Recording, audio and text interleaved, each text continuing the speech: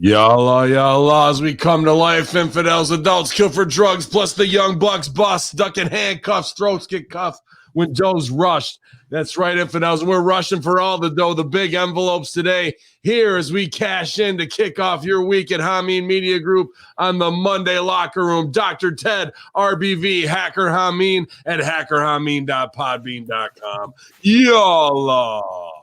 Yeah. Feeling good?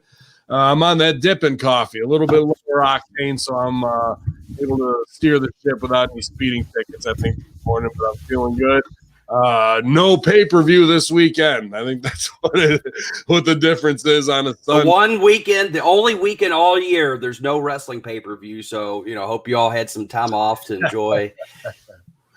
Yeah, we'll be right back in the fast lane soon enough as we're speeding down the highway to hell, where all of the morning headlines will get crashed into in a head-on 11 car pileup of terribleness, I'm sure. But he's back, you guys. You saw him posting this weekend more deliciousness from that Cincy from coast to coast in Ohio, from the top at the lake to the bottom by the river. It's the man himself, RBV. How you doing this morning, pal? Doing good. Saying goodbye to February. Busy weekend. We're ready to keep rolling into March. Back to the track this weekend as the weather's finally turned here in Ohio. For those that don't know, or maybe just kind of getting up to speed with us here in the Monday Locker Room, in addition to everything I do with the HMG, I'm also a voice at a local racetrack here in Cincinnati, Edgewater Sports Park, where I call drag racing action. So we're hyped to get ready for the season. Also on Saturday, took a little road trip to Mid-Ohio where we got to know some of the locals for a show that I'm helping promote. And not just myself. Big news, going to be working along right side by side with our man there, Dr. Gimmick, Ted McNaylor, coming on board. He's going to help out with taking the book and agenting the matches and making sure that, I guess, that our talents just don't fuck up. It's only going to be successful, man. I'm telling you what, there's nobody else I'd rather have riding shotgun and have, right with me. Not like I'm the one who's always driving. He can drive just as much, and I can close my eyes and give him the wheel man on that for sure. So that's probably the smartest hire I've heard of 2021, to be honest with you. Beast, good morning to you, pal. Good morning. Good to be here. And yeah, very excited to get a chance to see what they got going on in the Ohio wrestling scene and helping out with, helping book the talent and agent or do all those fun things and all that goes along with promoting and putting on a wrestling show. But, it's hard to believe we're already into March. That's the thing that I felt like was the biggest thing coming out of this morning. Like, it's already March. How is it already March in 2021? But here we are. We've gotten into, the first third of the year. And, it's a rebuilding year, as they say every year for the Chicago Bears that I cheer for. It's a rebuilding year. It's another rebuilding year, guys. It's kind of funny with March because we're going to be hitting the 1 year of the pandemic, the lockdowns, and society becoming, falling to shambles.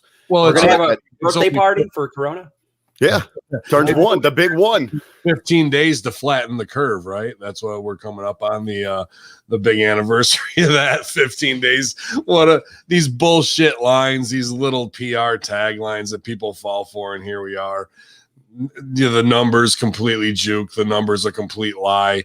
500,000 dead, when the reality it's about 8,000 to 9,000. Just the lies upon lies upon lies, and it'll be a $1,400 payoff. Well, we look the other way, and they keep doing whatever it is they want to do, or else they'll set the time way ahead and then on their own timeline come up 6 months early and pat themselves on the back like it's some fucking big feat of man. When And then these guys come in and want to act like that's why they don't want to shake hands. No, it's disrespect, Ben. It's disrespect. It's disrespect. Shake hands. One thing that, I won't miss that. If we do fist bumps, I won't either. If we do fist bumps from here on out, then I'm down with that. No, not even fist bumps. I'm all about just a quick nod. Well, yeah, whatever, Namaste. Let's go. Watched a little UFC this weekend. It was a tough pay-per-view to call. The betting lines weren't too great, but, did a little watch along that way while we edited. Some new Beautiful People videos out. The teaser on Russo's brand on Angelina Love's actual Angelina channel. I'll ask you guys to go over there and subscribe, because we're trying to get that and the Hameen Media Group watch hours up. She's got enough subscribers and everything now. I just got to get the watch hours going. So great stuff there, and I'm working with them tonight, so it should be another fun show. But their show came out on Russo's brand yesterday. A lot of Sons of Anarchy talk. So we're talking high-level TV shows over there with Vince on Breaking Bad and them on Sons of Anarchy. So if you're a fan of either of those, I'm sure you're going to find plenty of content to talk about, man. But I mean, Media Group, I kind of was happy that it was a little less of a weekend, because everyone had really busted their ass the last 2 weeks, man, you know. So as we get back to the to-do list, it's not going to slow down this week. There's plenty going down with Amber Neal brand as we build that out. Some great clips from Idol and April on the A show this week. A lot of people hitting me up saying how much they really enjoyed that as well. Conspiracy Horseman with Damian Sandow. And, we're trying to put together some very classy retrospect stuff for Sensei Question Mark, aka Josephus himself, man. So everyone's kicking ass. Ray and MSG got their Roadcaster Pros, so we'll see what they come up with that pretty soon. And yeah, man, I'm pumped. Just gonna keep pushing forward. So hopefully you guys are having a kick-ass Monday. I know we are. I went out for sorry to keep going, referee Sideburns birthday yesterday. Triple D and myself and the Moda Zypher and Sideburns went out and to Golf Dome, took them out. We hit balls for a half hour out there, and it was a good time, man. I was getting on the fucking ball. I don't know what was going on with me. I didn't have many shitty shots yesterday. How was the course? Were you in a swamp? I mean, it's a dome. It's a big, huge dome that they have at the Turning Casino. Man. Yeah, it's fucking impressive. But yeah, for some reason, Sideburns found a way to cheat or something. I don't know. He was keeping score and he shaved some strokes off. But now we were just at the driving range. It's 2 tiers, and we were on the upper deck. And man, I was just fucking spanking the ball. Wait, Sideburns was cheating? Oh, Ben, when you learn from the best, what do you expect, man? That's true. So, but I caught him. I sent Mondo some videos of him and everything, and we had a good time, man. It was a good Sunday. You usually don't get that from the referee. He's the one responsible for cheating. Well, now he goes into business for himself, because he was the first ever Dippin' Donuts 24/7 champion when he screwed Just Incredible out of it. And then he got kendo sticked and lost it right away. But he's also held on to the IWGP title for AJ Styles, so he thinks he's over. Ever since then, he's had a big head, and now he's all trying to go into business for himself. Here we go. Oh, man, it was a good time, though. I haven't hit balls since November, so it was good. And I worked out beforehand, so my arms were like already a little bit sore, and I always hit better than when I show up cold like that. So hopefully you guys had a good weekend, man. Beast, I saw you're catching up on movies. Yeah, always, man. So this last weekend, what was I got to think off the top of my head? We saw Stephen King's not The Gift. That was a different one. The Gift was a really good psychological kind of thriller, though. It was The Dead Zone, with Christopher Walken. And I can actually, I always thought Christopher Walken was just kind of, like whatever, like he's kind of a parody of himself. But seeing this, when some of his older work, I was really drawn in. Like, he does a great job as the character of, being able to see, people in these situations, almost like a Final Destination type of deal, but only he was able to see these premonitions, so to speak. And he did a really good job of it. The thing that really popped me, though, is there's a throwaway line in the movie where he talks about Sleepy Hollow. And I thought that was just kind of cool, because things came full circle many years later with him playing the Headless Horseman. So that was kind of even though I'm sure they didn't know that at the time, it was just kind of a neat little line that I thought, whenever you know how it is with improv, whenever things come full circle, that's really cool. That you feel that Venn diagram space where only like the high level players exist, and you're like, oh, that feels good, man. And don't forget Bad News Bears as well. Yeah, although I can't believe that hasn't been called out by cancel culture yet. Oh my God, that was some of the language from those kids. I just couldn't believe it. My first acting teacher, Raymond Kessler, who I did Ha Ha Ha Mean with, and had a huge influence on my life, is in that movie on the opposing team that they play there in the championship. So I always had a soft spot for Bad News Bears. Now you got to watch Bad News Bears 2 back in Breaking Training, man. B. So, shit. Twice as racist, twice as sexist. It's the Bad News Bears. Who was Walter Matthau the coach in one? Yeah, in one. I can't remember in 2. I can't remember who the coach is, but he's an asshole too. I did see the remake with Billy Bob Thornton. It was I saw that one first, actually, because I always watch movies in the wrong order. But I was like, yeah. But then I watched the old. And I thought it was a pretty decent little story. Oh yeah, man. Yeah, then it takes us back to put me in coach. I'm ready to play. Go ahead, RBV. I was going to say, you guys talk about cancel culture. Did you see where now they have got? Is it NBC? Is it Peacock? Is it Disney that they have the warning label on the Muppets that it might contain offensive material for their streaming services?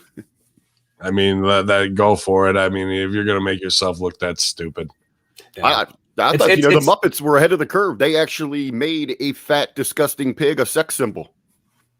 I forgot which one of the late night comedians he had a really funny line about that. It was just something along the lines of, when adult warning, mature warning comes on before a Muppet show, who does that deter? If anything, it's going to make people say, I have to see whatever the hell's going on in this Muppet show. Yeah, maybe we'll just start putting it on everything, right? To water it down, bro. There you go. Yeah, then it means nothing. Mature rating. Well, speaking of meaning nothing, it's pro wrestling. When it means something to us and it means something to you guys, 18 strong here, youtube.com/MROVW and the Hameen Media Group channel. Appreciate you guys tuning in on both and getting those watch hours up. Just join us because there's nothing crazy except CPAC talk and all this shit that I don't even really care about, man. To be honest with you, it's all theater of the absurd and ridiculousness at this point. We're just trying to push forward as businessmen here with the opportunities we got coming towards us. Well, I didn't know if Beast, did you want to get us going today before we jump into some conversation and headlines? Yeah, we can start off early. Why not? Let's go ahead and shake off the bit of the cobwebs this morning, and let's get into your Monday morning monologue. I don't know if you all know this, but March the 1st, besides being the first day of March, it is Peanut Butter Day. Better not say that too loud. My dog will come running in here thinking I'm going to give him a treat. Actually, I knew a guy with a weird peanuts allergy. I would put Charlie Brown Christmas on, he just passed out. It was crazy. The craziest thing. It's a shame peanuts nowadays, I guess with the pandemic, they're more expensive. But if you see the price of beer nuts, it is outrageous. But the good news is deer nuts are still under $1. So, it's a bargain. I got in a rap battle with a peanut once. He got roasted, man. You should have seen it. Boom. Yeah. And then afterwards, my favorite band played. They're called Peanut Brittle. But they broke up. So, what are you going to do? All right. Last but not least, I do have to make mention that, this is a public service announcement that, be very careful of the oil that you buy. We know peanut oil is made from peanuts and we know olive oil is made from olives, but I will probably the rest of my life never buy baby oil again, knowing that. No. It's scary. I can't believe that's out there. People aren't talking about it, but what do I know? But I do know this. On a recent episode of Busted Open Radio, Mark Henry said that he plans to wrestle a match again within the next 6 months. Sounds like somebody's about to get their ass whipped. Think someone's going to get their wig split, though? Do you think so? Maybe. We'll see. All I know is in another recent interview on After the Bell with Corey Graves, Finn Balor discussed wanting to defend his NXT title at WrestleMania, to which everybody had a great long laugh before the conversation moved on. It was really, really funny that he said that. AEW has announced that the official rules for their Casino Tag Team Battle Royal at AEW Revolution, a Casino Tag Team Battle Royal. I don't know what the rules are, but it sounds like a gamble to me. I just got to say it. It's not a gamble, though. That's former WWE superstar Rob Van Dam. He has an upcoming WWE Icon special on the WWE Network. Now, they might have clips out on YouTube, but it seems like you're going to have to get the network on Peacock in order to see the whole damn show. So you're going to have to do it. You're going to have to get it. But I'll tell you the show I really want to see in this last headline here. It's Triple H. He has challenged Elon Musk to a WrestleMania match on Mars in a recent interview on the Good Time Show. Rumor has it that we might see a new WrestleMania record, ladies and gentlemen, as his entrance will apparently take the entire trip from Earth all the way to Mars. It's time to play the game. So, ladies and gentlemen, enjoy your peanut butter day today. Enjoy some peanuts and mix in some other kind of nuts. And so you can find a nice, quiet place. So it's just you and your nuts hanging out. Ladies and gentlemen, this has been your Monday morning monologue. Oh, yeah. So smooth. Dr. Ted doing it in here, keeping it real crunchy and creamy for us this morning. That's right. And we did it in a hurry. We did it in a jiff, guys. So we can't be young forever, Peter Pan. Let's fucking put some age on. Let's put some age on us as we get through to wrestling. I don't know. I feel like I'm off my segues this morning. I guess you could call me Mike Bucci. But no. Simon Dean. I couldn't come up with a name. Matt Schaffer says D's nuts. oh yeah. That's just what he said now. Nah, man, we're trying to get all our ducks in a row. I know we got plenty on the work list this week, graphics and promotions wise, but big promotions this month. 3 of them, two, I guess, and more to come. But if you sign up for patreon.com/the Big Vito brand, or over at patreon.com/the A Show. So the A Show and the Big Vito brand. We're doing a giveaway with the ECW 8x10 autograph with a lot of 8x10 or legends on that 8x10. If you sign up for Big Vito's brand, like 20 signatures on there. Yeah. And then on over we have a Young Bucks comic that's also autographed by the Bucks if you sign up for the A Show. So sign up for both. And you're going to be entered to win both those great prizes. I want to thank Adam Rivera and obviously RBV working together to get that promotion set up. But all through the month, everyone who signs up is going to be entered to win one of those, and we'll have that contest at the end. Also, the Broasters.com hit me up. Anybody who buys the official Vince Russo Bro coffee, the 12 ounce, they're going to throw in an extra 4 ounces to make it a full pound this month as well. So all bags of Russo Bro coffee getting up to a pound because you guys enjoyed it so much. And we had plenty of people ordering multiple times. They wanted to give you a little bit more to say thank you. So go to thebroasters.com. Also go to ZordosOliveOil.com, a great sponsor, Triple D's other company as well. So and he needs all the help he can get because he's talking about buying a new set of golf clubs because he couldn't outdrive me yesterday. So he was all hot about it. So, but I do have his driver, big Titleist, Big Bertha, size that he gave me, and I call it the Death Valley driver. So it was on yesterday all day long. But thank you to all of our sponsors, especially to Jason at Rode. I sent him an email, hopefully hear back today, about the Rodecaster Pro. I know some of our producers are interested in getting them. Some of you guys out there, just for the fact of what they've sent us alone and how it's changed the game here at Hameen Media Group, please bear with us. I'm going to try and get you guys the best discount I possibly can. But thank you to Rodecaster and Jason over there, man. Awesome deals, especially like that Broasters deal. Get pounded, bro, right? Yeah, get a pound. I got to get you all turned on to this cold brew coffee, man. I'm glad they're adding the extra coffee because it does take a little more to cold brew it, but it is so worth it. It really is. So and you don't have to drink it cold. I want to make that clear. I get feedback all the time. I don't like cold coffee. You just brew it cold. You'd have this little cylinder thing. You pour the coffee in, pour in the cold water. You sit in the fridge overnight, and the coffee actually ends up being more concentrated. Like you're actually supposed to pour in X amount of coffee with water, but I just drink it straight, and I love it. It's just it's like an extra concentrated version of the brewed coffee. So I'm definitely going to get on that as well, man. Right now I'm just using the Keurig and that's good too, though. It's pretty concentrated as well, the way they brew it. So it's so weird. Mine has a button that says strong on it. I'm like, why wouldn't you just fucking make it like that all the time? It's just coffee, and I don't think there's a big difference in the strong. I think it's just the amount of water they push into it. Either they push a lot of water into it or a little bit. So just depends on that. Oh man.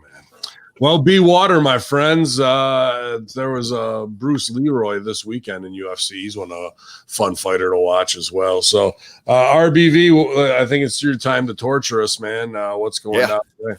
I was going to say, without a pay-per-view, having to actually do some homework to get prepared for this week's show. But there was some conversation, and Ben, I know you guys have talked about it on Light the Fuse, the best damn AEW review show out there. You can only find here on HMG. But you guys have talked about the most recent signing there of Paul White, formerly known as the Big Show. But it has drummed up some conversation I've seen in a few of the circles that I run in where people were a little excited, not necessarily for the move of White joining AEW, but it potentially leading back to these shifts in talents between the major promotions, which was really one of the most, more exciting, parts about. I know you like that double chocolate. Oh yeah, baby. Look at that. It's one of the more exciting parts of the Attitude Era, the Monday Night Wars.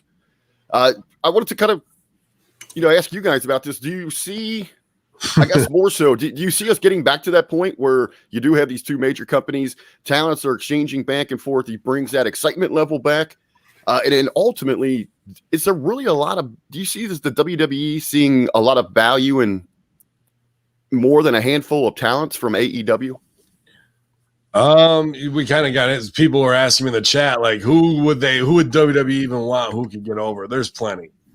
Okay, back in the day, a lot of people would have kind of laughed in the early notions of, that they would have made such a big move with like a Jericho or Guerrero or any, those levels, because, they were thought to be kind of stuck in that mid card with the bigger stars of the Hogans and the Nashes. If you let MJF go on the mic, he's going to stand out. If you let him go, you know what I mean? Like, he could get over week 1 if he wanted to, and EC3 could have as well, but they didn't do shit. Really, the money is EC3, Rich Holiday, and MJF together. And why aren't they recruiting for that? They're stupid. But there's guys like Wardlow. They had Archer and they did whatever with them, but now a little bit more of a property. Brian Cage they had too, and they let go, but now he's more of a property. You can bring back Jake Hager absolutely to do stuff with Lashley right now on the MMA tip, or Riddle. Just trying to think. Obviously Pentagon and Phoenix, people would lose their mind, but they'd probably just end up putting them in Lucha House Party as 2 new guys that just fucking job out instead of using them for how they should. Young Bucks get over massive against Adam Cole and all them. They're all bros anyway, and why not come in and I could see like a Scorpio Sky being able to come in and clean up. Yep, definitely could give you those matches that against a Daniel Bryan, a Cesaro, whoever you want that way.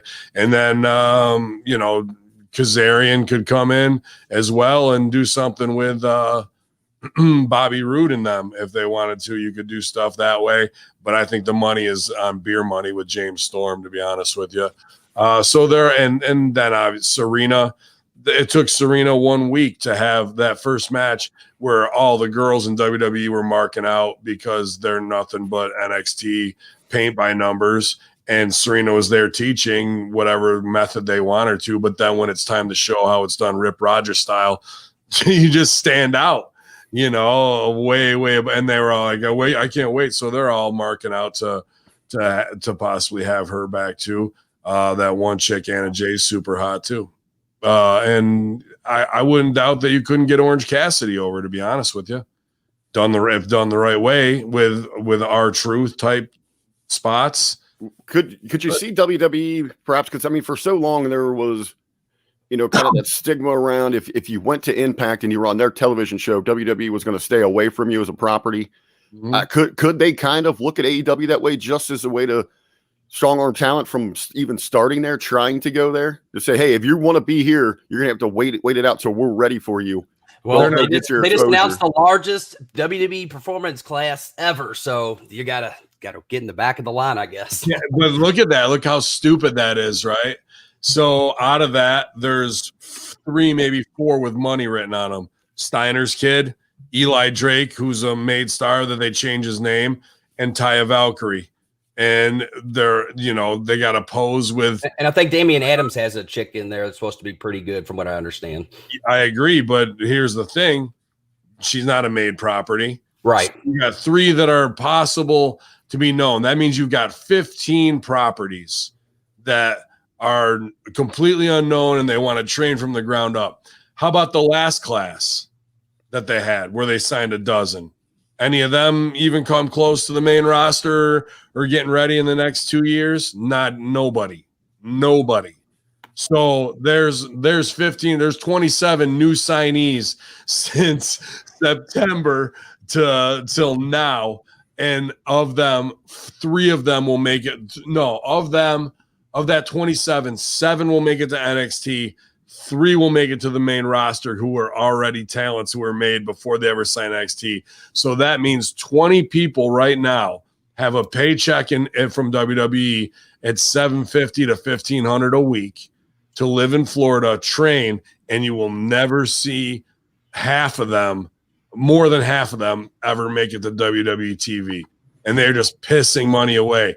Then they say there's no bonuses for workers or for fucking office people and extra money, but we're going to take 20 people who are a total waste investment and put them under our umbrella. So Tony can't, or just the fact that they feel that they need these numbers. There's 266 people under contract right now, Beast. And there's how many spots? They're maybe using between all 3 brands, they may be using 60 to 80 people. 266 under contract as wrestlers. And of those 60 to 80, how many are getting serious time? How many segments are you highlighted in each week? And you're over in NXT as whatever, and then up there you're Gable with fucking Otis doing fucking dumb bullshit, bro. That has turned the channel worthy.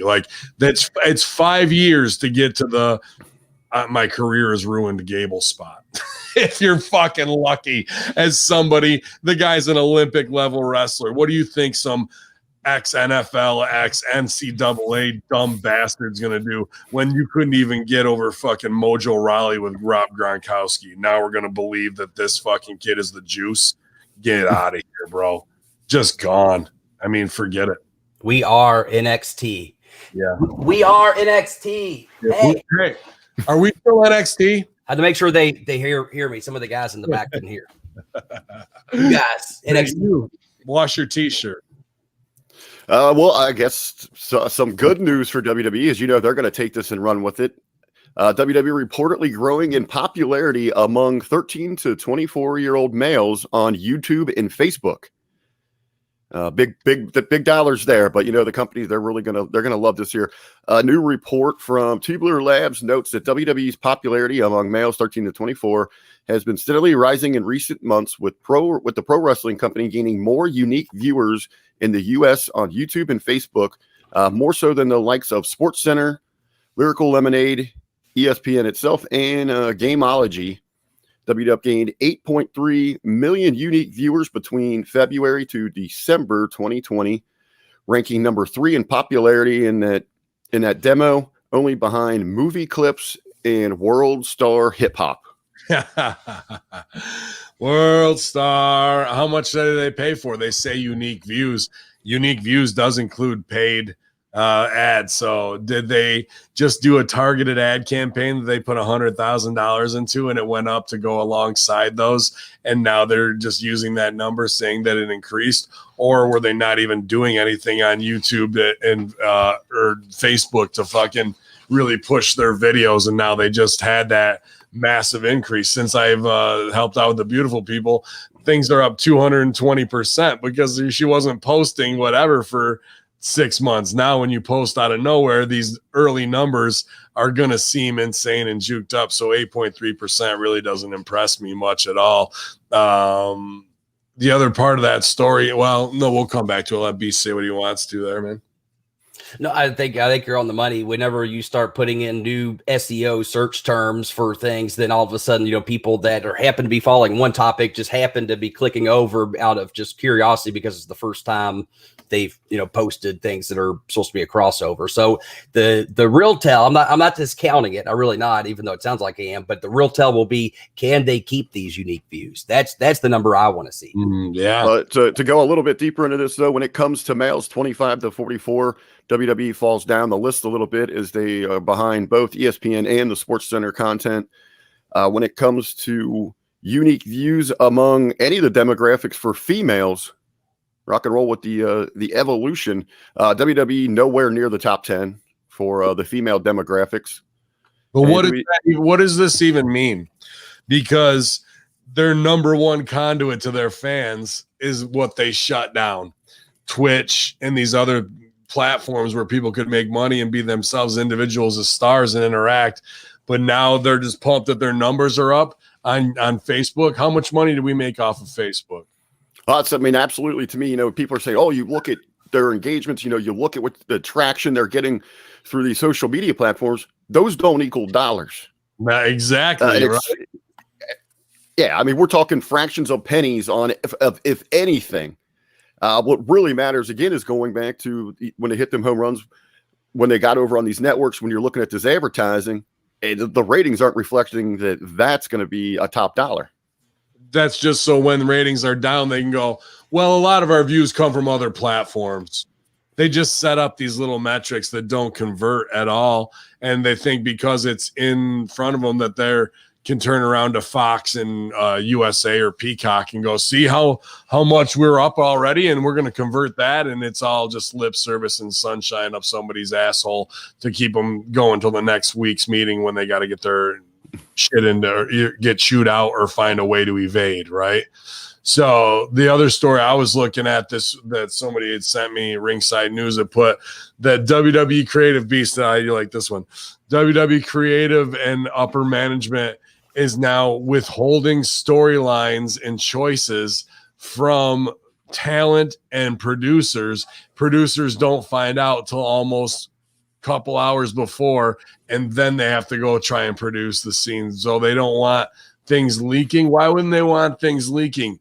Could it be what we talked about last week, that they are now have their own plan and plot to do inside betting through Bovada, DraftKings, and whatever it is, and they don't want that information getting out because they know that workers will stooge their friends and family if they know the finish and that they can fucking bet too. I don't know why, and they don't want to get caught because they're worried that'll come out, but any outside money that anybody who's a worker could earn or fucking turn against it, don't you ever, we're going to put up every wall possible, but inside the fucking golden bubble of McMahon's and Dunn's and whoever the fuck they want to hire, I guarantee goddamn to you, they've got 2 or 3 finishes and they're going to start swerving them so they can cash in with illegal online gambling, firsthand knowledge. There's no other reason, zero other reason in my mind why you would keep storylines from your fucking talent unless you got moles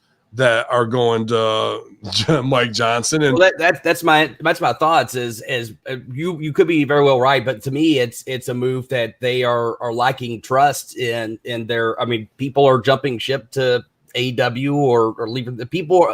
I'd say this to be roster right now seems to be in general less content than they have in years past, and it's because they have, in a sense, even though we're in a pandemic, they have other options, at least for national television exposure. But to me, the real problem and the real issue is how much distrust do they have to their producers and their trusted veterans to be able to put on these shows and matches, because that takes away your ability to put on a cohesive show. If I'm producing or agenting a match, I want to know the other shit that's going on in the show. So that way I can agent my guys' property, making sure they aren't going to be doing the same shit they're doing either later or before the show. And so that to me is a big issue. To me, I think the issue should be, okay, what do we need to do in our locker room to make people feel more loyal to what we're doing and protect our business, instead of having to go and place down a bunch of red tape and extra policies to make sure people don't find out, because in the long run, you're actually just hurting the presentation of the entirety of the show by doing that,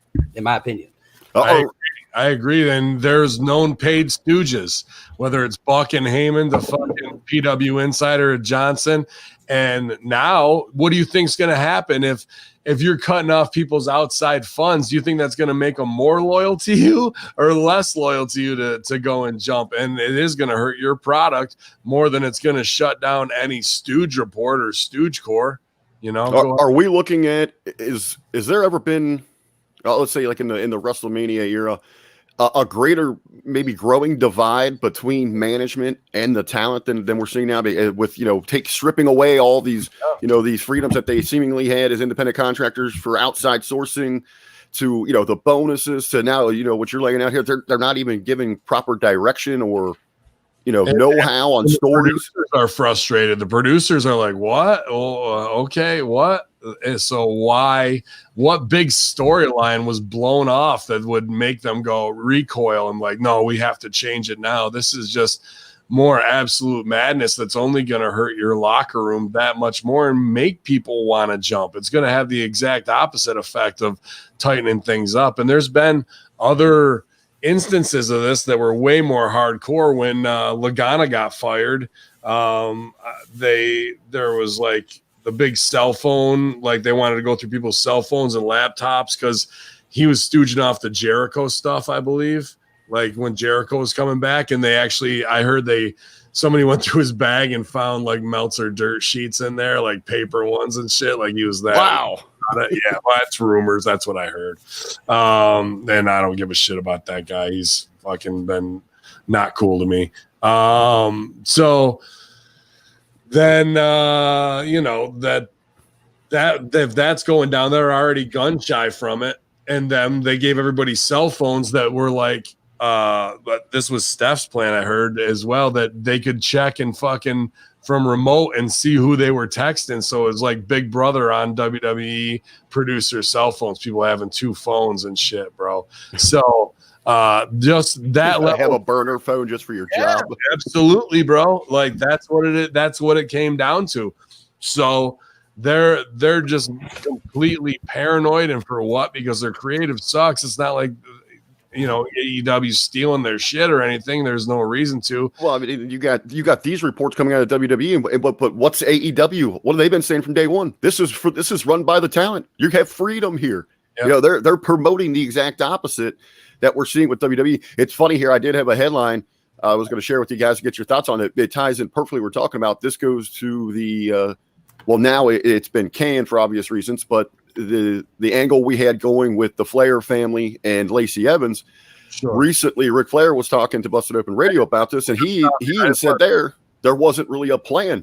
They said they were just kind of on the fly. He wasn't sure the direction of it. They were feeling it out, and then obviously you have the abrupt stop here. I mean, that's everything that they do, whether it's fucking look at the Mysterios. You had mom and daughter, and you had Seth and what's his nuts? Murphy. And that's just scrap, just gone. You know, we don't follow up on any of that. Beast, while you were up taking care of dog issues, I was going to say, do you remember when Lagana got busted with the fucking dirt sheets and they stooging off the Jericho stuff, and that was like the big to do as well? No, you don't remember? No, if in general, from about 2000, probably 8 or 9 to when I started doing podcasts about a year ago, I pretty much stayed out of the rumors and wrestling scene for purposefully, just so I just wasn't really even influenced by that. But no, that's interesting. So he had fake stories and was sharing them. Well, or is that what happened? So he was stooging WWE creative off while he was office there to the sheets for pay, and fucking, you know, like then they caught. I had heard they've actually found paper dirt sheets like in his bag, and that's when Steph was making people have like dummy phones with phones with like tracking device on, so they go back and look at the texts of who people were texting and shit like that. That's what they spend their time on, instead of really worrying about getting anybody over, any creative, doing something that would allow them to earn even more and generate into these third parties like Twitch. Said, nope, all that shut down. You don't get shit because we don't get shit from it. And then they come back around and go, but we're up 8% on Facebook in the 13 to 24-year-old. What did that get you? Did that earn $1? Did that get anybody to tune in to the main show? I'm going to say no. They're not tuning into the show where you're charging advertising, and they're watching on YouTube and Facebook in small increments because your show sucks and it's 3 hours long, and nobody wants to sit there through the brutal beatings that are fucking Monday Night Raw on your eyes. And then we only can ingest, if you put 3 hours into 5 minutes, it looks good and is ingestible, because the other 2 hours and 55 minutes is trash, complete trash. But they don't go, our show's complete trash, but in 5 minutes, it looks good on YouTube and the fucking clips are up. But, well, then just go make your show 5 minutes, because that's all you really got to offer anybody. And that 5 minutes didn't generate $1, and it didn't move the needle for your 3 hour show hardly at all. It is kind of funny. Like, if you would just watch the pay-per-views and they give you, before each match, that hype video. I mean, it seems like they're lighting the world on fire through that, just that little that brief package. You get excited for the match then, but then you realize what you did to yourself, making yourself suffer for the whole month, watching every week for those 3 hours, and then you're so down on it. Right. I mean, I'm Rooster Brand. I gotta go through it all, watch every moment, because it's important for Master Shoot. It's important for the Raw and SmackDown review and what we're paid to do. But dude, you could legit not watch wrestling for an entire month, watch 2 of those 5-minute clips, and know everything there is to fucking know. And everything that's not in there could be washed away through the annals of time, because that's pretty much what it is, bro. Not one thing does Seth Rollins do that is memorable will be memorable in 10 years. Not one thing from Team Pretty or Team Titties and Biceps or fucking Cat Girl. None of this shit is going to be put a fucking garbage can on your head and jump off a rope. None of this shit will be remembered in 10 years. 0 of it. And it's just hour upon hour upon hour of it, dude.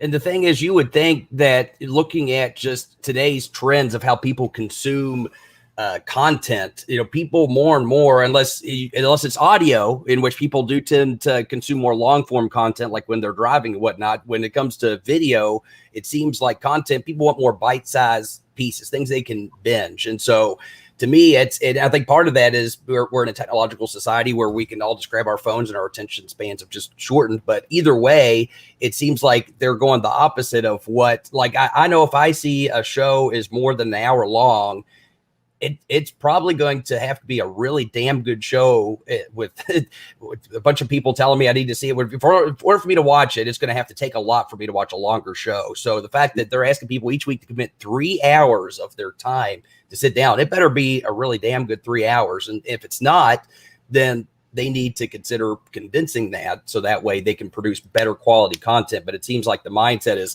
more is better. And we're seeing that, unfortunately, with AEW, who I think has a tremendous amount of potential. But I feel like that third hour is just going to end up doing them more harm than good in the long run, unless they utilize it correctly. And so far, I'm not convinced that they necessarily are going to be able to do that.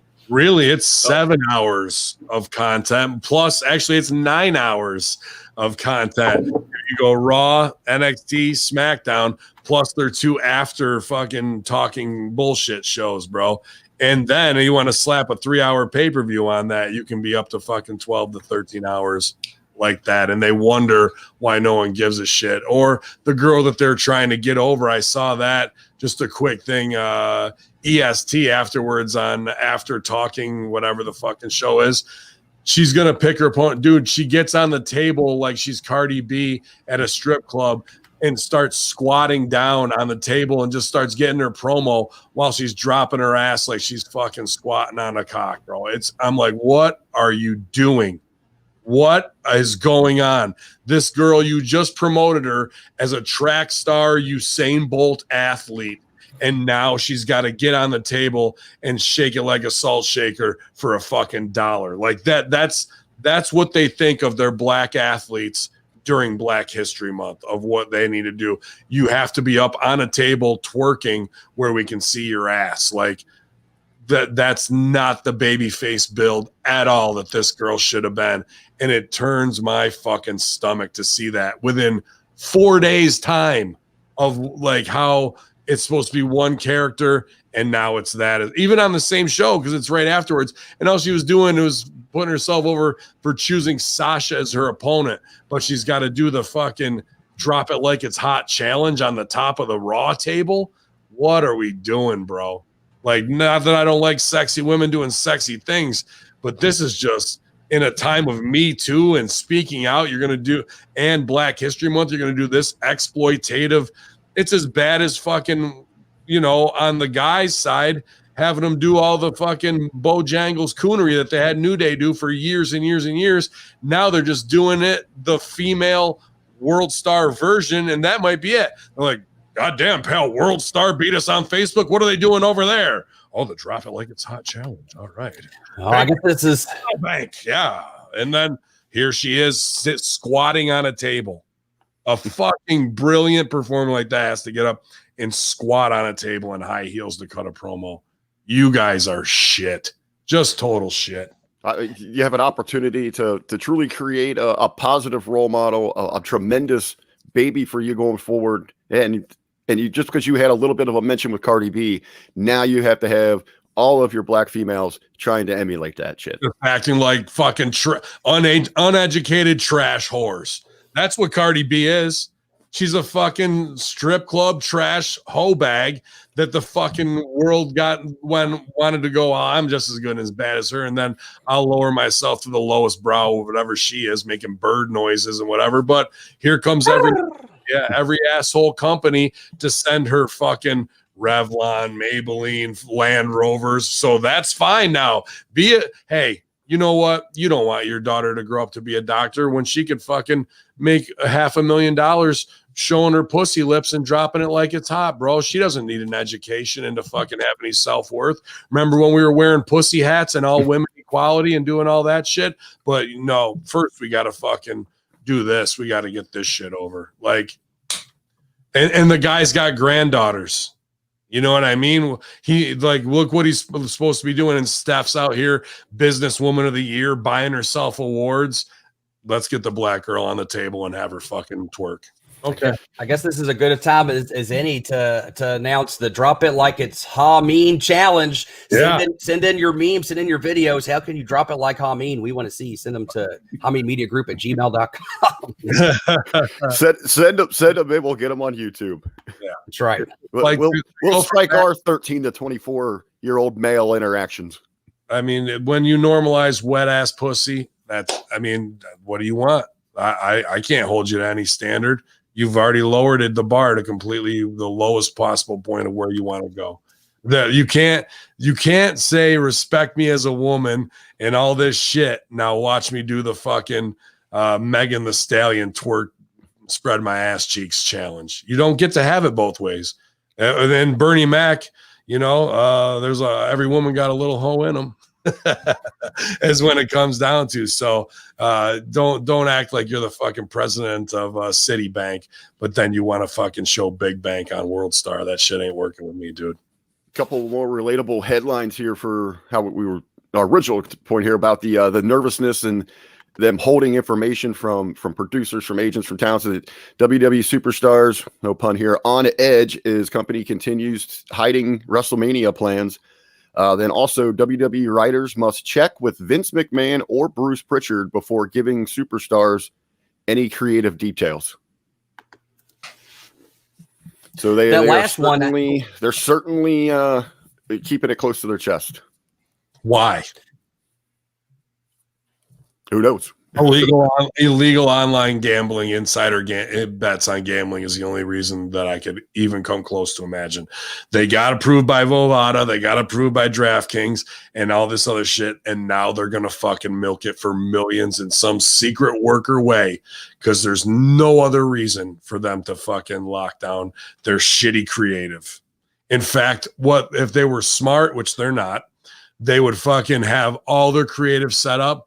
And then the day of the show, you have private individual ones where you then swerve the business to fucking say, we're going to fucking do this, that, or the other. So in case your staff was betting and they thought that shit was out there, they're going to take the hit.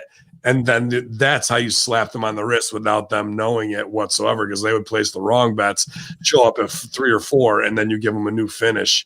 And then they're either going to go on their own and fucking, hey, where did they go? Oh, you know where they went. They went to the bathroom to go change their fucking bets. But the reality is it's the inside super core are now catching in. And will they be exposed? Yeah, because someone's going to be mad when they find out that they're making money and they're not allowed to. It's still crazy to me that somebody even like DraftKings would want to be advertising on WWE, right? I mean, just because the legitimacy of the entire situation isn't. I mean, that could bring into question what else they've got going on. Although everything has been fixed, as people don't want to admit it. I mean, from the biggest games, there's always a fix in on them. I'm waiting for when one of these talents goes out there and just changes a finish on themselves without the company knowing, and they've already got a big bet placed. That's exactly what needs to happen is two of the boys who get fucked over, Big E and somebody else, and you fucking say to the ref, you count it when I tell you to count it, and you fucking go out there and make the bet yourself and go into biz. That's what they're going to push towards, or they're going to say, here's everything that you go right through, and you thought you had something else, and you're like, okay. and then someone will go into biz for themselves on the mic and just cut, and they'll either cut the feed and go to commercial, and then you'll never even hear from that person again. But who's going to have the balls to actually do it, bro? Well, So- It's all how you work it too. If you have an injury or think you might have gotten legitimately hurt, man, we just changed the match on the fly, man. We thought he was injured, he was out, so we thought that was the best business. You know what I mean? There's ways to work it and cover it. So, so they'll know, but they won't know, and they'll Right. but they'll come back on you again, and you just got to be outfoxing them, because fuck it, if they're fucking with your money that bad, why not go in on them? You know what I mean? Because if you do it and outfox them even at once, that means they have to expose themselves to come after you. And they don't want to do that, because that will tear down all of the lies that they've got set up to get their betting money done the right way. I think this is all a big gambling scam, bro. Because I would want to run it too. I'd be like, how can I make $500,000 off of Fastlane? right? It's going to be interesting, and it could. I mean, it could this potentially. I mean, an exposure like this could destroy the industry, right? I mean, this would be bigger than the steroid stuff. The industry's already destroyed, so why wouldn't you rape the fucking corpse one more time and cash in, bro? Like, that's what they're doing here. They're looking at all the ways they can come up with carny little things to sell to the Saudis, sell to Fox, sell to Peacock, take that money, take that money, take that money. Double and triplet. We're in with Bovada. Let me put these bets here through X amount of accounts and fucking start taking it in, or do something where everyone thinks it's going to be babies up at WrestleMania or SummerSlam like it should be, and we go all heels up and swerve it because everybody thought that way, and we do a plus $50,000 spread on putting R-Truth over as the Intercontinental Champion out of nowhere. And somebody just in WWE just happened to put 10 grand on that, possibly through 10 different accounts. Okay. You think they're not doing it? This is basic worker 101, bro, for get money and fuck over the marks. Of course they're doing it. And that's why they're holding their creative.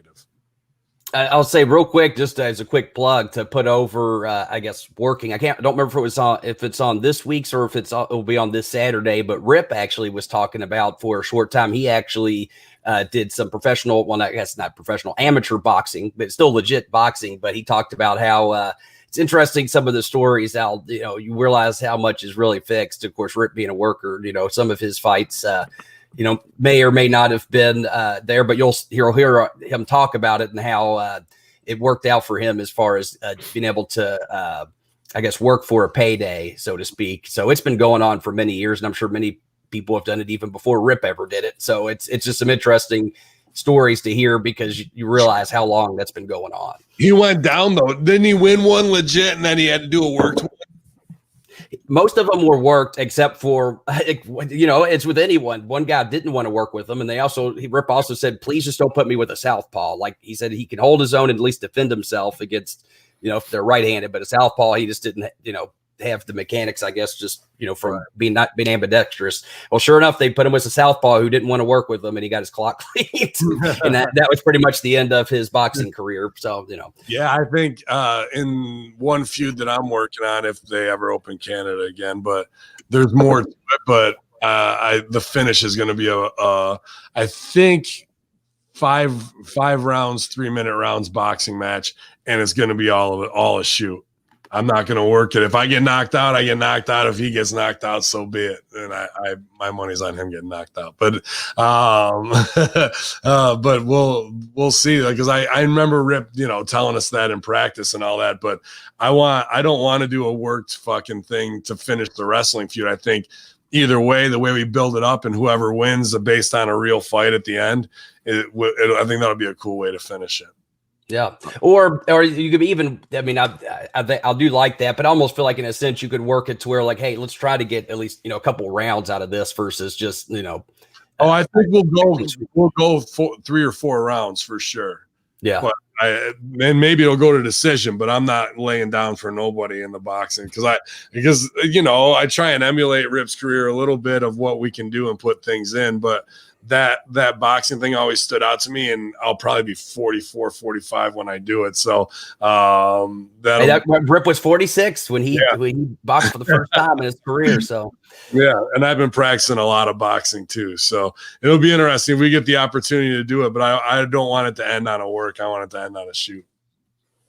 Now I need Ben Hamid eventually versus a bear. No, dude, like that's serious muscle and like you can't train for a fucking bear, bro. I've been real close to bears, so if you haven't, you know the power of what they actually possess. What about a koala? I mean, technically a marsupial, but the chlamydia is definitely a it factor. I think those are pretty mean, man. Yeah. I think those koalas can get after it. Yeah, they got some fucking claws on them too, bro. But no, I'd probably fight a black bear if I had to, just because I'm most used to. We'll tell it this week we're pay-per-view free, but next week we're going to be back at it as AEW presents Revolution. We got the Exploding Barbed Wire Death Match is going to headline that. I would fight a kangaroo. They're jacked, but they don't have the fucking teeth and fucking claws of a bear, bro. And they're delicious, I will say. Kangaroo burgers. There's a place here in town that actually serve kangaroo burgers. And from what I understand, down in Australia, it is much more of a common place to have, a seared kangaroo steak and what have you. But very tasty. So with Revolution, we have the Exploding Barbed Wire Death Match for the AEW World Championship. Of course, Omega will be defending against Jon Moxley. Some of the fans were, kind of not happy with the decision and maybe thought it was too gimmicky that they're going to present this match here. So in response, Jon Moxley just came out and told all those fans, do not watch. We don't need you to watch, or at least don't watch my match. They didn't want the barbed wire exploding barbed. Yeah, there's just some people it was a little too gimmicky for their taste, or maybe that they didn't think the presentation of how it was going to be built, or they're not really looking forward to it. So he came out and just said, is it a good move for Moxley? He just comes out and says, you know what? Don't watch. I don't want you to watch my stuff then. So this is all they're doing is marking out for early ECW, FMW shit and, trying to bring the Japan stuff in and force feed it. And now their own fans are turning against them. So what do their fans want? Just dives and high spot dumb shit. That's also why you don't cater to just one group of fans. Actually, they believe it or not, you won't believe I'm saying this. I actually think it's a smart move. There's a niche group of fans that like that type of wrestling that are not being currently served. That market is not being served right now. So why not bring in these hardcore fans that want to see some of this stuff and bring it in? You won't see me working one of those matches, but that's what people want. And even I'd say Rip would put it over. People want to work that style. Then there's something for everybody at the circus. Mm-hmm. But actually, it's funny. We talk about the barbed wire match a little bit with Rip too on this show, and he talked about the one time he was in a barbed wire match, and he told him not to put him in it, but they put him in it anyway. So what did he do? He worked comedy. He backed up into the barbed wire with his flamboyant character, was like, oh my god, just jumping around, and then they said, we're never putting you in a barbed wire match again, Rip. And that was the end of that. But go back to the point, the fans are going to be fickle, and in this day and age, especially since AEW has presented themselves as the group for promotion for the fans, they basically open Pandora's box to say, please criticize anything and everything that we do, because they essentially said, we're the wrestling group that's going to listen. Well, this is what happens. You have extremely fickle fans that no matter what you do, you're going to get some kind of reaction that, unfortunately, there's going to be a group of people that just doesn't have some kind of critique or thoughts on how you should be doing something different. So if I was AEW, this is one of those things where I'd say, just do what, go ahead and do what you promote. You are the workers, not the fans. That's it at the end of the day. You are trying to present something that a group of fans wants. And even though I'm not a fan of that style of wrestling, I'm all about it because it's going to serve a market that's being underserved right now. So when you are putting here we are with lefties turning on their own. And the baby face is now telling them, go fuck yourself. This will be interesting, but again, it makes me laugh. And it also is weird that Moxley even wants to do this match, to be honest with you. He should be beyond this bullshit. You would think. That you say you won't see me doing it. Now, BC, you mentioned a great point there. It is a variety show. There can be something, a little sample for everyone. what's one of the tricks? So when you have a match like this, that's going to bring so much, craziness, over the top aspect to it. What's the trick of booking this thing on the card so it doesn't really affect or downplay other things? This is the main event, man. This has to be the main, in my opinion. Yeah, you can't do this and then fucking have anything. And it's for the title, right? So yeah, I mean, this in itself should close this thing. But just in general, maybe it's not a barbed wire exploding match. But let's say that on your show you do have something that is a little more risque, that it leans towards the hardcore. You can't always close with that. Hardcore. There shouldn't be anything hardcore on this show. It should all be fucking tag team wrestling, quality wrestling. And then building into that. But when they go off, you don't want nobody fucking taking bumps and getting hit by cars and shit before your match, because you've already seen big stunts. You got to save the big stunts for the end. And if anybody does that, they're an asshole. Or Khan doesn't know what he's doing and how to save the big shit at the end, the stunt spectacular for the time. You don't do that leading up to it. You make them want to say that, so when the fucking thing really it goes off, you go, oh my god, boom, and he's bleeding for real. Nobody should get color on the show. If anybody gets color before that match, they're an asshole too. Okay, so looking at the card here, so this could be an issue though, because we've got the big finale here, this main event. We also do have, which was probably going to be a cinematic style though, is we have the street fight between Team Taz versus Darby Allin and Sting. Okay. You answered your own question though. I'd say you do it cinematic style, and that way you can kind of protect the bumps, and it's not in front of the crowd, and you can work it a certain way. I mean, yes, you are going to have some, I guess, crossover, for lack of a better word, and having some, hardcore, I guess, quote unquote action, but I think it can be worked differently in those scenarios, especially when you have a cinematic way to present a match in this day and age versus that wouldn't be obviously available. Oh, I guess it was available, but not really done, 10 years ago.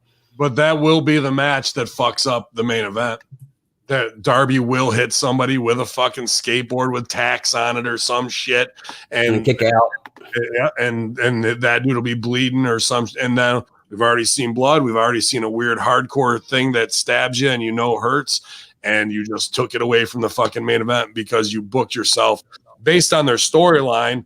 It's a blood feud when you're dragging people in body bags and kidnapping them. There's got to be color in that, in their cinematic thing. So, but now you're giving it away. So that's Khan and not knowing how to do anything. I'd even say, to even be more careful than Darby is what you allow Sting to do. Because if he does something crazy in that cinematic fashion, then you got a 61-year-old man out there that's taken, a worse beating. Cinematic is already pre-taped, so it should all be set up to be. Everything should be to protect Sting, have him fall off the top. That's what I'm saying. So you could give the illusion that he does something crazy while he's being ultimately protected, but that visual is still going to be there as compared to what those guys are doing in the main event. Yeah. What is it? There's a lot of things that wouldn't mess with the main event that could make Sting look good. Yeah. Right. I'm just saying they're going to have to be smart in how they lay that out. That will be interesting. Yeah. Well, here's the question, Ben. Let's say you're on the show as, let's say, an advisor. You don't have, say, Tony Khan wants this to happen. Where do you put the cinematic match? Do you put it just to open the show right away and then go to the ring for the action? Do you split it up throughout the show and do it in bits? I put it later. If this was an indie show, before intermission, right before. That's your fucking. Okay, they got to go take a piss now, and then we'll come back. Like, you want to leave them at that first big peak on the movie, about 55 to a minute 6 in, or an hour. Yeah, right now this is an 8-match card. It is heavily with multi-person tag team and beyond matches. So it looks like this is really going to be sold on. You're going with it, right? You do opening fucking tag. Singles match, whatever, regular tag, cinematic Sting match, whatever your break is for your spot in between there, comedy wise, Miro wise, whatever you're doing, come back with a fucking another singles or tag, girls popcorn in there, and then take it home with the fucking big electrocution barbed wire bullshit. That actually, the way looking at the card here, very well could easily play out that way. No, we'll see if they actually do that though. I just thinking to myself, you got a cinematic match and you got a fucking big hardcore barbed wire. Everything else has just got to get fit in there. Here's the question, though, with AEW's been bringing in all these different celebrity cameos. Will we see Pam Anderson come out in the barbed wire match? I think Jenny McCarthy and her might do a run-in together. Oh, there we go. Perfect. Trying to stab each other with a vaccine. We had a return to the ring of sorts.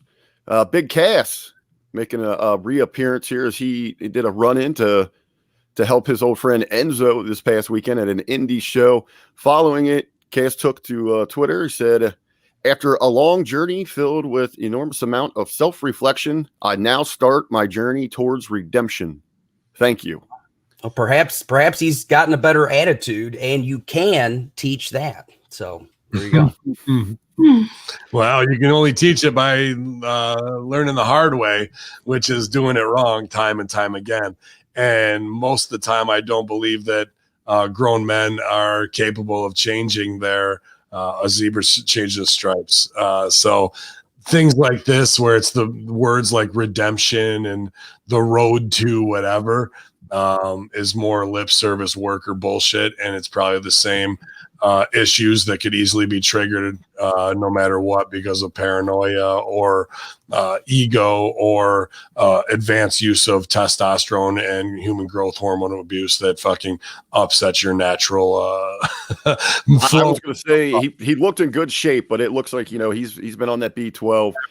Get out of their mind. Fucking Enzo's head looks like Beavis's, bro. Big fucking square forehead and shit, dude. Like, it's blatantly apparent. And if you are abusing steroids to get super jacked to go do an indie show, to then do your plea of now it's my time for redemption, and there's already guys on WWE roster who are on gas, of course they're going to hire them back because they need them. It's trash. And not to get into semantics, but there is a difference between gas and being on growth, but that's a whole different bag of worms. But there is a difference. I think he's on both. But fucking that to me shows more addictive behavior, saying things that are in a worker way just to get a job back. And if you're really in this business, you need redemption. What does that even mean for Enzo and Cass?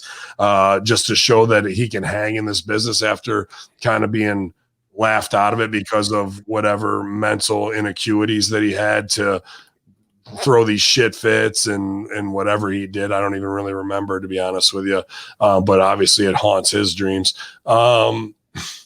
Maybe it means he's going to show up at the AEW pay-per-view with a bunch of mask guys, and they're going to be called Redemption. It's going to be a great angle. Well, the event that they were working at, it was an Impact Plus event. Could you guys see any tie-in with those guys showing up in the Impact Zone and maybe tying into the AEW program? No, they want to go WWE. They're going to be called 2s and 7s. It's going to be great. Deuces and 7s.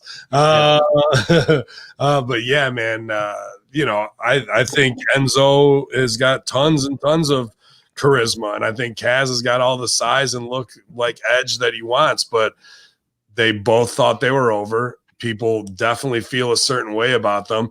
And what are they going to do? Go back and do hat in hand and please, sir, I want some more, and be super nice guys to everybody. Workers are going to look at them and look right through them. They're going to look at these guys politicking for a year and to show that they can go along to get along. Meanwhile, under the surface, it's still all the same old shit. So you're just playing an acting role that other actors can see right through. You know what I mean? That's what I'm saying on this stuff. So, and if you're on that gas going to indies just to get the look from WWE, your mind still isn't right.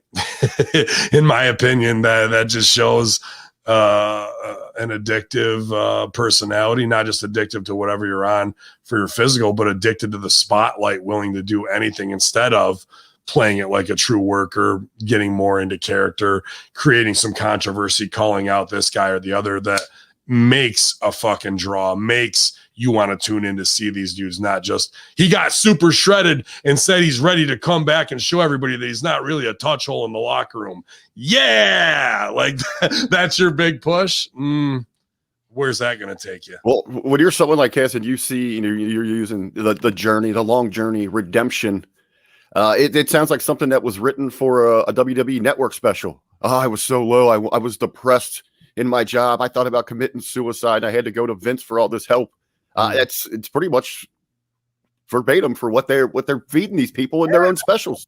I totally see it.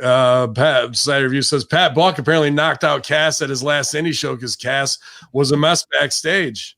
And yeah, I mean, Hitmaker. The Hitmaker, Platinum Pat Buck laying out that, Buck is a pretty calm and reserved dude, bro. Yeah. Most of the guys he will bust out the Buck Fu if he has to, though. He will whoop that ass, and he is from New York. So don't call Buck soft. I'll tell you that right now. Andy was the boss at that time. So he got dealt with.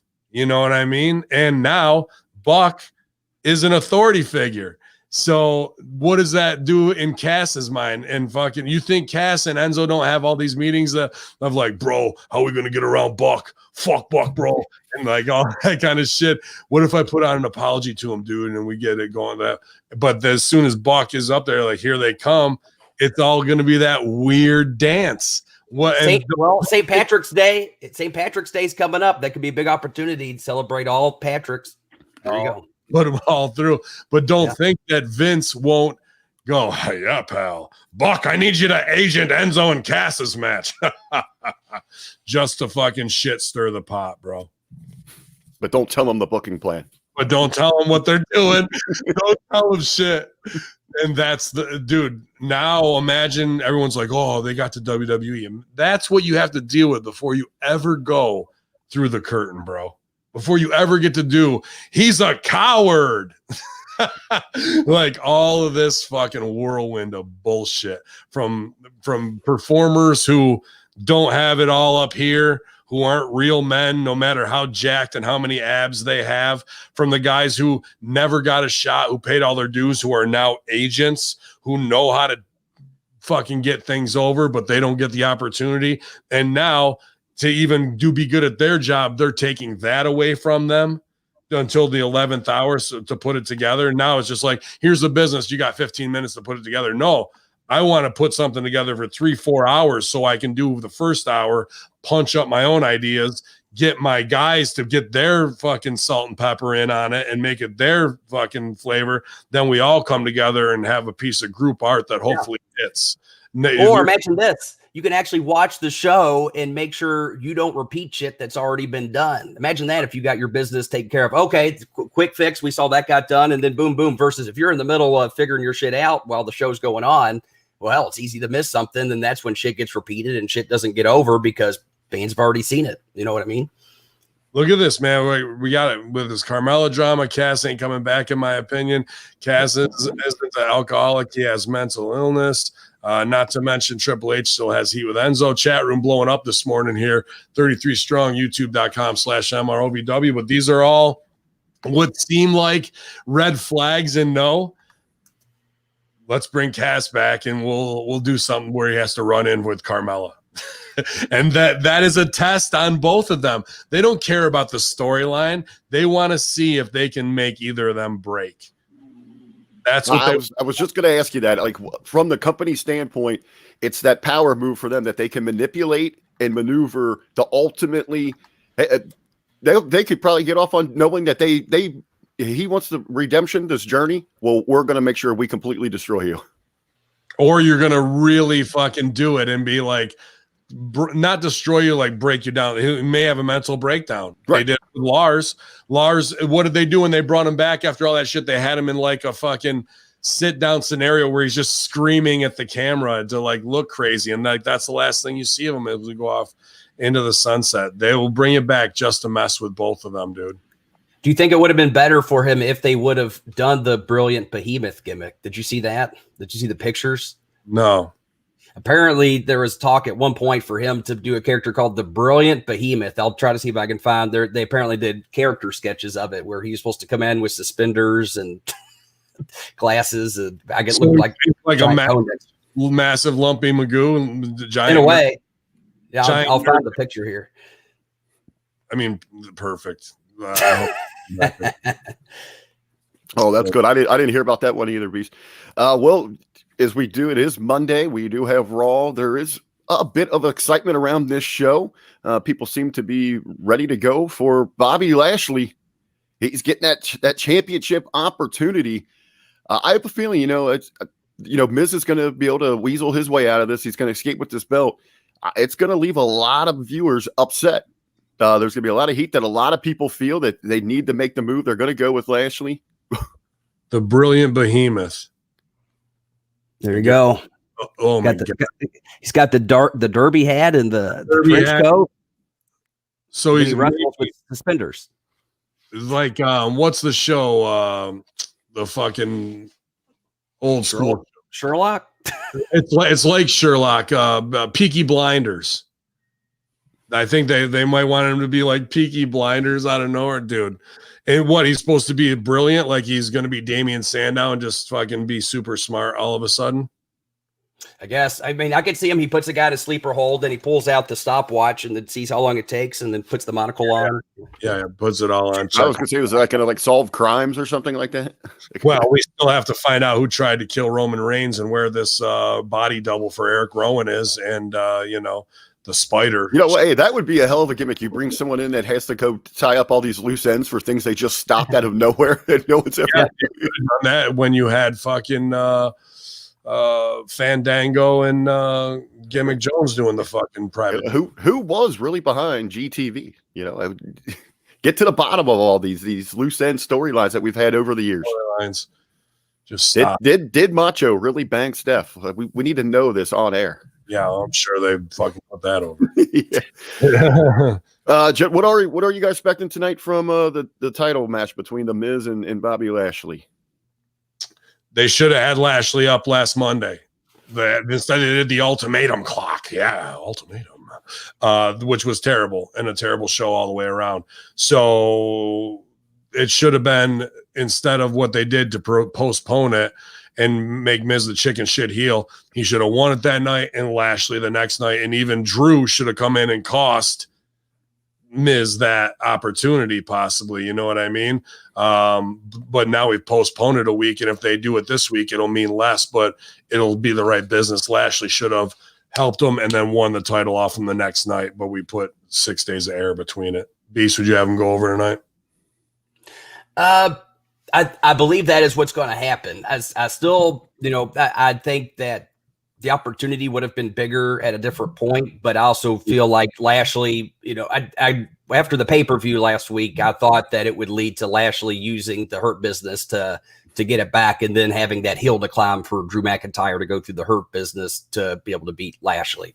I could be wrong, but that's what that's where I do think they are likely going with it. So, long story short, I do think that Lashley will end up going over. Did they give a reason last week on Raw? I had it on. It became background noise. Did they give a reason where McIntyre was at? Why was he absent? Why wasn't he just beyond angry, thirsty for blood to get back in there, not to get his hands on Lashley and The Miz? That's how it should have been. Lashley almost winning and him running in to F that, and then this week could take it off him. But dude, they can't punch their way out of a wet paper bag, dude. When it comes to storyline, the guy made it through the Elimination Chamber, loses. Is he dead? Should we get an update of he's too beat up to be here? So we can put it that way, or he comes out 76. Wasn't even on the show or acknowledged. I was gonna say, even if they said he's not medically cleared, to me that's bullshit. You're gonna tell me if you said that to Austin after he got screwed in that fashion, you were gonna anyway stop him from getting in that arena to get his hands on those people? That's what you call the spirit of 76, bro. That again, wrestling, when we do that. So it's, you beat the guy down, he goes out of the match. Terry Funk goes out of the match. He comes back in at ECW with the fucking head taped and the flaming board and shit and lays waste to everybody. That's exactly what should have happened in the last moments there of him being super fucked up, even after we said that he wasn't going to be there. So they can't do anything properly, dude. They're getting 20 to 30% value on everything. Now, it does seem a lot of people think that you're going to see McIntyre reemerge tonight and ultimately be the reason that Lashley doesn't win the title. Is that doing McIntyre any favors as the baby, as we are seeing a lot of fans rallying behind Lashley here? I mean, then you're creating more of a divide there between those two. Why would you want Lashley to win it during Black History Month either? Well, we're out of Black History Month now. Now he won't. That's what I'm saying. Last week he could have another miss, and without Drew doing that, what we just explained, yeah, he's cooled off, and he looks like the WWE title looks like it doesn't mean as much just because we put that air in here. You know, now that you mentioned the Spirit 76, I'd say another thing that might happen is that they might be trying to do that tonight, even though you're right, there should have been at least an explanation last week. And so let's say Lashley looks like he's about to clean up with Miz. Drew McIntyre comes out. There's the distraction, sneak roll up. That could also be the case. And then you spin off Lashley and Drew McIntyre as a personal thing. And then Miz spins off with someone else for the title. That's not heat for Miz, is it really? That's like heat on the fans. Like, oh, we got to. Well, the heat's on the Hurt Business, really, because they cause the whatever. Or not, that's not Hurt Business. I guess on Drew. Because they don't want Miz as champ. So it's not like a chicken shit thing where they just they want anybody to take it off of them. It's like, all right, let's have something believable here. And massive destroyers over strong is more believable than the roll up, but I get it. That's probably what they're gonna do. But the heat is really on the fans. It's not on the fucking guys. Right. I got a strange feeling they're gonna overbook this thing. I think you might see a bunny involvement, Punishment Martinez or Priest, whatever the hell he's going by. I have a feeling this thing is gonna be a complete disaster. With Priest and Bad Bunny. Yeah, I mean, I could just see him overbooking to try to get them involved, and you're gonna have Morrison involvement into this thing. No, I don't think they'll do anything with Bad Bunny and Priest and Miz. It'll be Miz losing it, and then just revisiting it, and then he's down on his dumps, and then Priest and Bad Bunny the next week come to kick him in the nuts, and you do it that way. You beat him down, but them to have do the fucking radio DJ vice principal spot like this is not the place when you're trying to elevate Bobby Lashley and him. That really the Miz payoff was because they had no ideas how to get it off of Miz, and we had to do it right there because moving into WrestleMania isn't whatever. We can wrap this up quickly after we fucked it up with Otis to put it on Miz to get it wrapped up by Fastlane so we can get onto our WrestleMania business. You say that, but there also was the option of him trying to cash in and losing it, and that's where they perhaps could have utilized the Bad Bunny and Damian Priest to be able to be a foil and put more heat into that angle. So interesting, though, that they decided to commit to Miz to put him on this trajectory because one would think there has to be a reason for it. You got a lot of trust in Bad Bunny and Damian Priest being in the right spot at the right time at the highest moment to pull it off. That's true. If it's on the table, I definitely agree we'd have that creative meeting, Beast. But I would say I just don't think, it's there, but it ain't there. Like it looks good on paper, but so much could go wrong, and the sad trombones could play. Well, if you want to know the scoop, go find out the betting lines on Bad Bunny's involvement in tonight's main event. And if we'll know who's getting that payday. I don't think they're doing anything along those lines. I think they're only doing, they did Elimination Chamber, but the other pay-per-view in between they didn't, but they did Royal Rumble on the betting game. So, yeah, they usually got them for the marquee event. So, yeah, we'll have Fastlane betting odds. So, I don't think place those bets. Get all bets down. Get the money in. Get rich on WWE. Gentlemen, are there any other headlines, things that you had kind of pop out over the weekend you wanted to touch base on? Or let me just rip through what I got here. Oh, the one big thing, a lot of people are freaking out is NWA's content all got pulled from YouTube.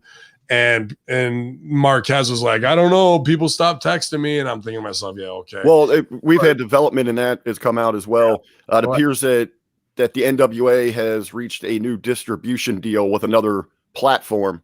And by their request, they have asked them to pull everything from YouTube so that they can handle the distribution. Mm-hmm. But we don't know who that is. But the NWA for Power and other projects, they are set to tape here in mid-March. They've got a couple days, a weekend or so of taping schedule. Yeah, I think that's in Atlanta, but that's an interesting thing to me of like, you pull all that stuff. That's not like I don't know, Beast. What do you think about it? Because it's not like a way that I would do it to intro a new deal of being what have you. I would say we're working with this company and they're going to distribute, and now we have 20 days to see the NWA library before we take it down and go forward on this platform and get eyes on it. You know what I mean? Just taking it down is like, oh, is NWA done? They just pulled it. Did they sell this? And like, it leads to speculation. And then you gotta be like, no, we got a new deal. And it just doesn't seem like the right marketing look and strategy to me to get it all done the right way. That I can absolutely see that. That being said, I can also see where NWA sometimes, for some reason, seems to have more issues like being in the trending topics of what's being talked about in wrestling. I feel like sometimes they're kind of forgotten about. So that being said, perhaps, yes, they could have gone the traditional route with announcing that, say, do this, but the also questions is, would that have been as effective of making people wonder what the fuck's going on? You know, they just pulled it. You know what I mean? Like, to me, there's more of the rumor mills going along. People are speculating, you know, are they being sold or are they bankrupt, whatever. And there's more rabble, I guess, for lack of a better word, about it than if they perhaps would have gone with an announcement. I don't know. I'm just speculating. Perhaps that was a lot of thinking when they made that decision. Because certainly here we are talking about it, and I'm sure other podcasts and news sites are going to be, you know, reporting it as well. I would have, or maybe had a video that's going to be like upcoming events or like new news is coming, where you tear everything down and there's just one video there. But to like clear the whole channel was maybe not what I would have done. You know, I think a little bit what Beast is saying there. I mean, you could have maybe spun this into like a mystery angle to start some suspense going into the tapings. You know, who's in charge now? What's happening? Yeah, they are going to tape. It's March 21st through the 24th there in Atlanta. We also do have a little bit with the YouTube, the distribution gimmick there. The reports are saying it is not WWE or AEW that has taken over anything, so they're not involved in any way. So did they get a big deal? Is it like, because when you say that, people then go, oh, that'd be awesome if they got Netflix or Amazon. That'd be fucking tight. And then it turns out that it's Fight TV or something, which I have a feeling that's what it's going to be, somebody lesser. I agree, but like, you see how you're setting yourself up for like, oh, never mind. Yeah, get every indie that I can watch Immortal Championship Wrestling and NWA on Fight. Like, you know, it just you gotta lead them along a little bit more, because what they make up in their own head is only unless they got Netflix or Amazon. Yeah, or maybe even because it's growing. I know they got I think at the Golden Globes they won their first Golden Globe. Apple TV, they're trying to get their name out there, and they don't have a lot of, you know, things going for them right now. So that possibly. But when it's not any of those three, right? Then what? Yeah. You know, you're right. We're available on Roku. Oh, good. Or on Tubi. Yeah, right. And you're trying. I totally get it. I don't want to down their efforts at all. But if you don't roll it out that way, then you've set yourself up to be again, you know. But I hope it's Amazon or fucking Apple TV. That'd be awesome. And speaking of these companies, I'll tell you the news. It's not really wrestling related. I'll be definitely curious to see what the stocks do this week after the GameStop shit that's been going on. And I know they've been saying the market's been more kind of volatile, kind of up and down. I still have some stuff invested. I don't know really much about stocks other than I kind of got into it, but looks like, at least as far as today goes, I just checked while we were talking. It looks like things are kind of starting to bounce back a little bit. But we just started recently, didn't we? Don't we have recently launched a HMG? What's the name of the Facebook group? It's actually I appreciate that we have this now, because it's nice for little stock tips. If you know off the top of your head. I mean, media group. I can't off the top of my head. Let me just. I think they're still kind of in development, but it is going to be like a little, you know, a little club when we're talking tips. Trade House. Sure, but we got things going, and if anyone wants to join in the conversation, especially those that are more knowledgeable on the current market, whether it's still with actual stocks or cryptocurrencies or what have you, but it's definitely more and more people seem to be getting into the stock trading game, and it is, you know, a way to be able to hopefully invest and have a nice little nest egg by the end of it. At the same time, you got to be careful, because you can also, if you know, it goes into a bad market, you could also lose a lot of money. So. Sure. Either way, I just think that's kind of interesting to see the market kind of being in a lot more talks right now, especially with a new regime coming in as president. So it's just interesting to see how things are kind of shifting and changing. And I do think there is opportunity there. It's just a matter of staying on top of things and seeing how the market shifts. Yeah, it was a crazy month with those short sells and all the penny stocks. Right now, I'm at about 6.57%. Just today, still up, but at one time I was up 24% when it was the peak there. So it's been a wild Mr. Toad's wild ride, but I'm in it for when I'll never retire or whatever, just putting a little bit away here and there when I can every month. So, but if you're in for the shorts or whatever's going on, you guys salute your shorts, get over there. Media Group Trade House. And I post a little article here and there. Everyone's trying to just increase their wealth, and we do it better together instead of trying to second guess all the time. Am I doing the right thing? Somebody might have some information that'll make you not do something or be in on it early. So appreciate everybody there, and all the cage theory stuff with the guys betting, all the season stuff, William Alasia and the Pick'em challenges, and Javid, JB, everyone kicking ass, man, having a good time interacting. All of this week, I also got to put over huge guest coming to the Conspiracy Horseman from Brand Nubian hip-hop legend Lord Jamar, hooked up by Al Plaza, got that done for us. We're going to go early at 7 p.m. because his schedule is pretty tight in there for the first hour. But, man, one of the legendary name in hip-hop for us and acting. So we're going to talk a bunch of different propaganda pieces and conspiracies inside hip-hop as well. I'm really looking forward to that show, man, big time. Hell yeah. Oh, boys, it's Monday. I feel like we got our ass kicked today. We're just, dragging. It's all good. It's all good. Yeah. You're right. It does. I don't know what the weather's like out where you all are at. It is kind of dreary today, but at the same time, we're into March. Spring's around the corner. Good things coming up. I don't know if I've talked about it. I've been getting in the ring, trying to get in half-ass ring shape. I'm not going to pretend like I'm going to get in the ring shape I was in prior when I was wrestling full time, but at the same time wanted to be able to be competent. I'll tell you what, I took a body slam last week and it had been probably over a year, and I forgot how much it hurts when you're not in bump shape. You know what I mean? Take that first bump, you're like, oh shit, I forgot. I got to get back into it. But I'm excited though. I think at the end of March, myself and Revolver are going to do one last, at least until we're booked elsewhere, but we don't get booked as tag team too often anymore. We're going to do one last ride as the Mobile Homers at the end of March. Like I said, unless we hear from a promoter, who knows, maybe we will come back. But for now, if you're anywhere near the Ashland, Kentucky area, then I'll have more details as we go forward. But I think it's going to be the last Saturday in March. We're going to have a nice little show out there, and it should be a lot of fun. I'm looking forward to it. Awesome, man. I'm hoping that we do get back to business. I saw Justin Trudeau said, nope, nobody's coming to Canada. So, it's whatever, man. We'll just keep pushing hard here. We got plenty of project to work on this week, but I do want to get back to live performing. It's crazy, man, that we're in March, and my last shows were, I think, March 21st, something around there last year. We haven't been in the ring since then. It's absolutely brutal, and for all the wrong reasons, dude. So hopefully we can all enjoy some shows, and they'll be putting themselves over, and $1,500 general admission tickets aren't the norm for promoters to make up the lost money. But I see a lot of greed out there through Ticketmaster, probably going to be the way on big shows. RBV, what's the word with you, man?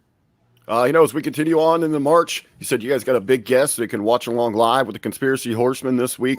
We've also, you got us each and every week here in the Monday Locker Room. You've got the Impact Attack that's live. Light the Fuse goes live. The Friday Locker Room you can watch along with.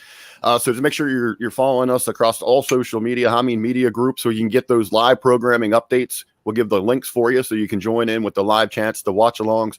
We appreciate all the interaction. As you said earlier, Ben, we've got the two big giveaways, including the involving the Big Vito brand and the A Show. We're going to have those official details out this afternoon. Nice. How it's the giveaways are exactly going to work, and how you can get signed up for all of that. And we're just going to keep on keeping on. Just keep on winning, as some asshole said one time. You'll be so tired of it that you'll never win again. Yeah.